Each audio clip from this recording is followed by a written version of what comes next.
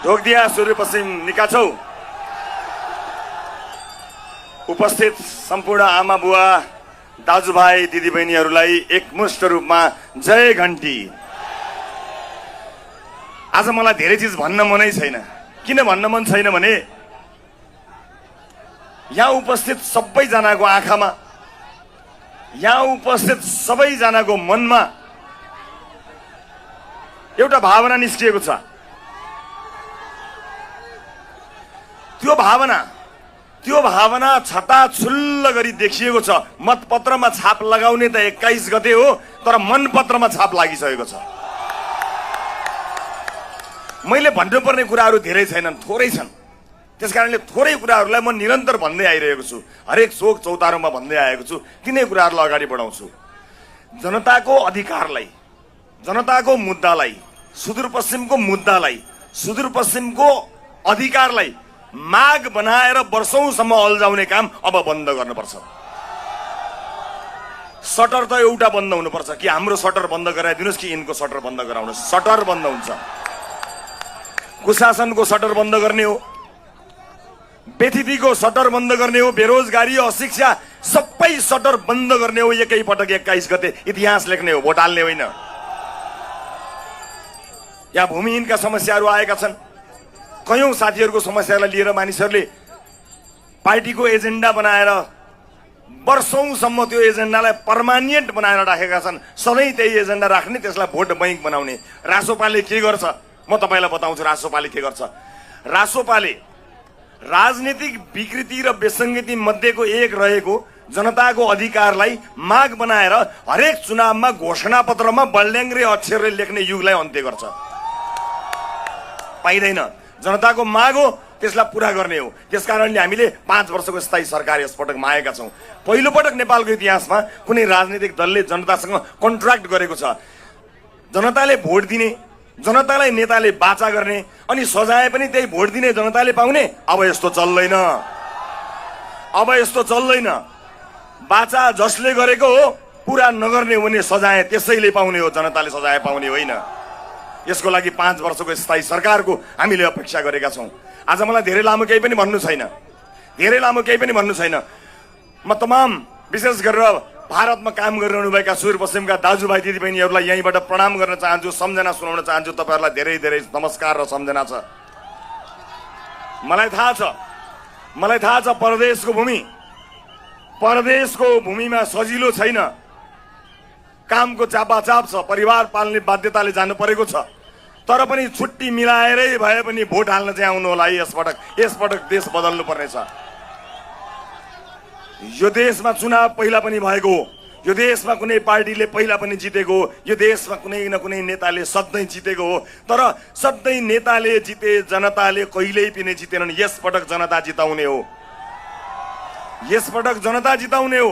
व्यक्तिगत हिसाब हामीलाई केही भन्नु छैन। हामी इतिहास बदल्ने सोच लिएर आएका छौं। मेरो राजनीतिक आकांक्षा अरु कसैको राजनीतिक आकांक्षा ठूलो कुरा होइन। देशको राजनीतिक आकांक्षालाई केन्द्रमा राखेर हामी यसपटक आएको छौं। सुदूरपश्चिममा आएर हामी यति भन्न चाहन्छौं, म यहाँका समस्याहरूका बारेमा उम्मेदवारहरूमा तपाईहरुले कुरा गर्नुभएकै छ।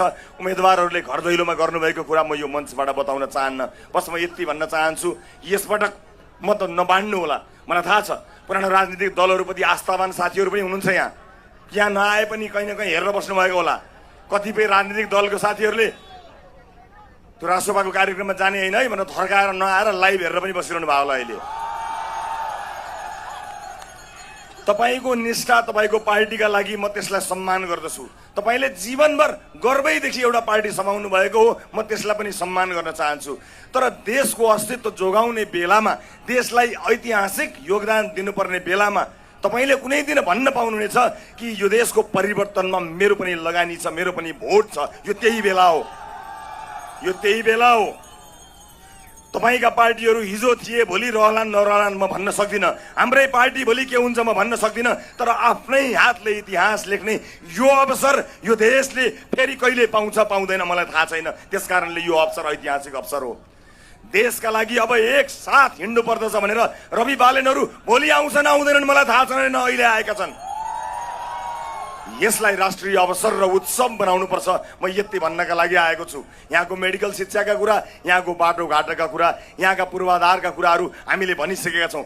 म खुद्रामा कुरा गर्न आएको छैन। अब एकै पटक बदल्नुपर्ने जे हो सबै बदल्ने हो। मान्छेलाई सिंहदरबार जलेको कुरा चलेको छ। यहाँ मानिसहरू भनेका छन् सिंहदरबार जलेको छ भने सिंहदरबारलाई बनाउने हो, तर बनाउनुभन्दा जरुरी सिंहदरबार बदल्ने हो।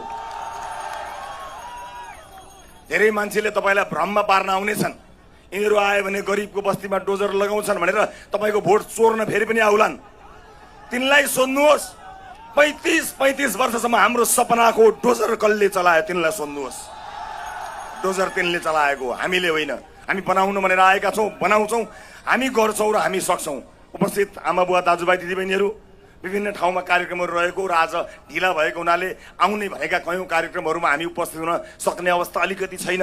बाटोमा मायाका साथ उत्साहका साथ फुल लिएर बस्नुभएका, मुस्कान लिएर बस्नुभएका आमा बुवा दाजुभाइ दिदीबहिनीहरूलाई म यहीँबाट सम्बोधन गर्न चाहन्छु। यसपटकको चुनावमा देशैभरिका घन्टी बाहकलाई हामीले जिताउनु पर्नेछ। यसपटक भोट माग्न उम्मेदवार पुगेन भने तपाईँ पुगिदिनु पर्नेछ, किनकि यो तपाईँ हाम्रो सन्ततिको भविष्य निर्माण गर्ने बेला हो। घर घरमा जानुहोला र भन्नुहोला घन्टी बाहकको तर्फबाट हामी आएका छौँ। यसपटक बाँड्ने काम नगर्नुहोला। म भनेकै कुरा फेरि दोहोऱ्याउँछु।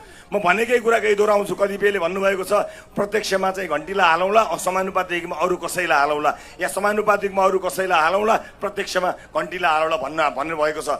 म सबै ठाउँमा नबिर्सिकन भन्ने कुरा सुदूरपश्चिममा पनि नबिर्सिकन भनेर जान्छु। बेथेती र भ्रष्टाचार सबै फाल्ने कि आधी फाल्ने? पुरै फाल्ने कि आधी फाल्ने हो? अलिकति राख्ने कि राख्दैन राख्ने? त्यसो हो भने प्रत्यक्षमा पनि घन्टी, समानुपातिकमा पनि घन्टी, यहाँ पनि घन्टी, त्यहाँ पनि घन्टी, देशैभरि घन्टी। सबको जय होस्। जय देश, जय घन्टी।